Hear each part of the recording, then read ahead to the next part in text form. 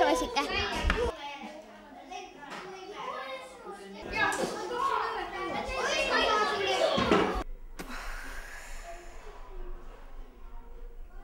Haridus on kool ja lasteaed. jaa.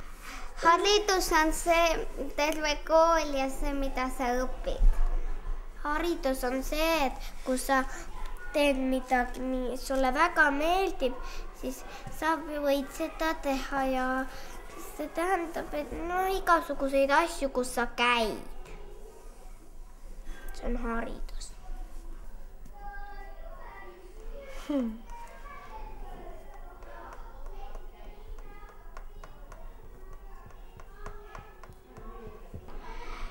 Koolis käimine ja võimalus kõrgkoolis ja ülikoolis käia. Haridus on selline, et kui sa koolis ei käi, siis sa pead käima sellepärast, et muidu sa rikud haridust.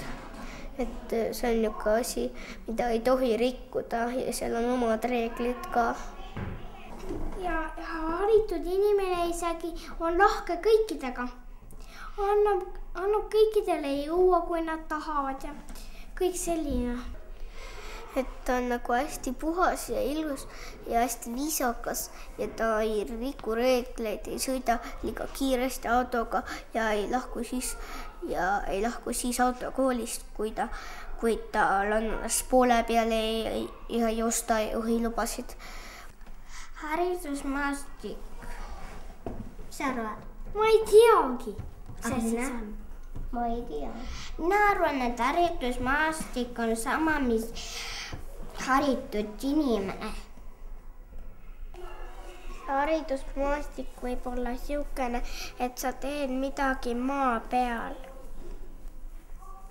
Lasteaias käimine, tööl käimine ja eelkoolis ja koolis käimine. Siis saab raha. Siis saab asju osta. Ma veel ei oska kõike kokku arvata, aga ma üksi poes ka ei käi. Käin kogu aeg kellegiga koos.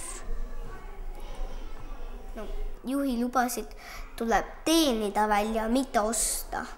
Et see on nagu laiskurstide komme.